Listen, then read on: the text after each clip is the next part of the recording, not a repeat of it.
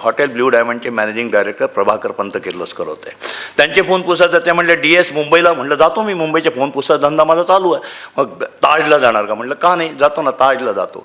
त्यांनी मला छानपैकी इंग्लिशमध्ये लेटर दिलं. मी ते घेऊन ताजच्या तिथे गेलो. आता मी मगाशी जे म्हणलं ना की जर कुलकर्णी नसतं तर अंबानी झालं असतं, तिथं बघा कसं सुरू होतं. मग मी त्या ताजच्या दाराशी गेल्या. तिथे तो 6 फूट उंचीचा भला मोठा तो सरदारजी येतो. केवढे ते वॉचमन केवढे धिप्पाड असतात तिथे. आणि मी साला पुणेरी पोरगा त्यावेळेला, आत्ता जरी बिल्डर झालं, थोडासा जाड झालं, त्याला असा वाऱ्याने उडणारा होता, असा सायकलवर 20 वर्ष वय होतं माझं. तिथे गेलो आणि त्याला रुबाबामध्ये पत्र काढून दाखवलं त्या वॉचमनला. आता खरं मी आत घुसलो असतो, तो काय मला अडवलं नसतं, पटकन आत घुसलो असतो माणसासारखं आणि काउंटरला दाखवलं असतं. तर पण मी पडलो एक बावट मुलगा. वॉचमनला पण भाव खायला, माझ्याकडे पत्र आहे प्रभाकर पंत किर्लोस्करांचं, पुणेरी होते, मी भाव खाणार. वॉचमनला कुठे इंग्लिश आहे, ऐसे बहुत आते, चल भाग येत असे. त्याला वाटलं मी नोकरी मागायला आलो. बरं, माझा अवतारही तसंच होता.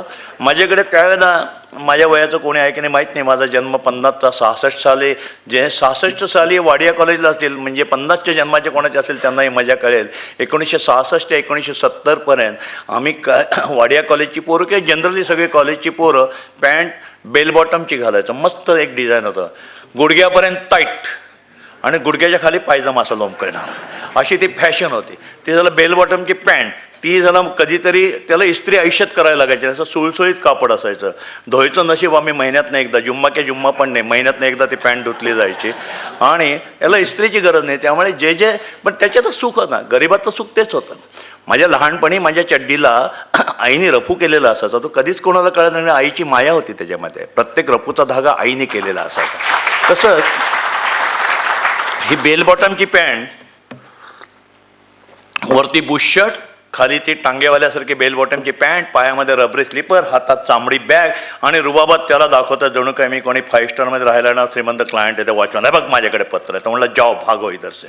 तिथनं आलं पुण्याला. किर्लोस्करांना म्हणलं, माझा अवतार बघून सर त्यांनी नाही घेतला, त्याने हातच नाही सोडला. Sorry sir. सर म्हणलं सॉरी काय, इकडे आहे. त्यांनी मला एक 100ची नोट काढून दिली आणि सांगितलं आजपासून ती बेल बॉटमची पॅन्ट बंद, रेग्युलर पॅन्ट, फुल शर्ट घालायचा, पायात बूट घालायचे आणि व्यवस्थित गळ्यात टाय लावायचा आणि मगच वावरायचं. त्या 100 रुपयाच्या नोटीपासून हा जो मी टाय घालतो आहे ते जवळजवळ आत्तापर्यंत कायमचा घालतो. मध्ये 2 वर्ष सोडला होता टाय. पण त्यावेळेला लोक हसायचे, सायकलवर फोन पुसायला जातं पण टायवाला पोरगा. जसे मेडिकल रिलेटेड नाही का टाय लावत, स्कूटर आले तरी टायवाला. तर टाय घालून फोन पुसायला मला आवडायचं आणि तेव्हापासून जो हा टाय घालतो तो आत्तापर्यंत घालतो आहे.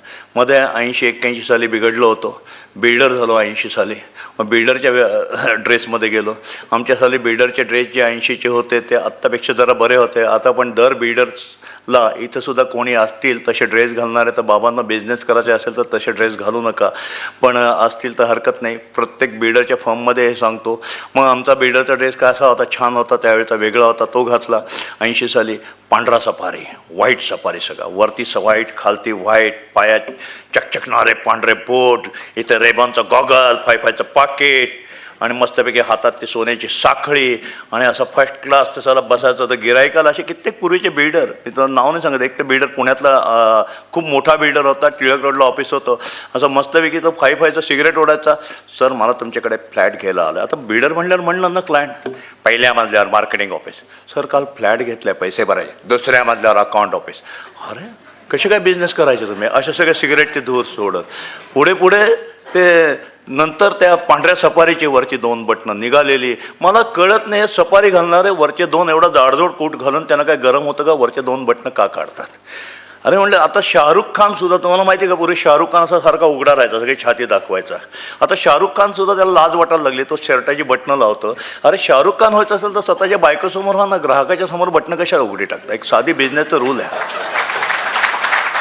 आणि त्याच्या पुढचे ते बटणं उघडे टाकायचे. मग आता नंतर मला कळलं हल्लीच्या दिवसात बटणं का उघडं टाकतो म्हणे, शाहरुख खानसाठी नाही, त्याच्यामध्ये आतमध्ये त्या कुत्र्याच्या साखळ्या सोन्याच्या एवढ्या मोठ्या. आता हातात साखळी, गळ्यात साखळी. मी एकाला साखळी घालण्याला म्हणलं तू बाबा मला मारू नका, पण मला एक फक्त रहस्य, मला फार तुझी आवडती गळ्यातली साखळी पण बघितलं. गळ्यातल्या साखळीला, हातातली साखळी पण तो म्हणला बघा, हाताच्या साखळीला हात लावला. म्हणलं पायातली साखळी दाखवला. तो असला खवळला, तो म्हणलं काय बोर्डावर तर समजतं का मला नाचणार, पायातली साखळी कशी घाल.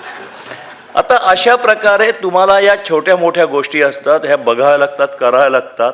आपण कुठल्या व्यवसायात समोर बसलेलं मला माहीत नाही, पण इतकं बारीक बघा की तुम्ही ड्रेस कसे असाल, तुम्ही समोर त्याला आपल्याशी वाटलं पाहिजे. तसं नाही वाटलं पाहिजे लय मस्ती दिसते, लय पैसा दिसतोय, बघा कसा भाव खात नाही. ग्राहकाच्या समोर तुम्ही नम्रत असायला पाहिजे.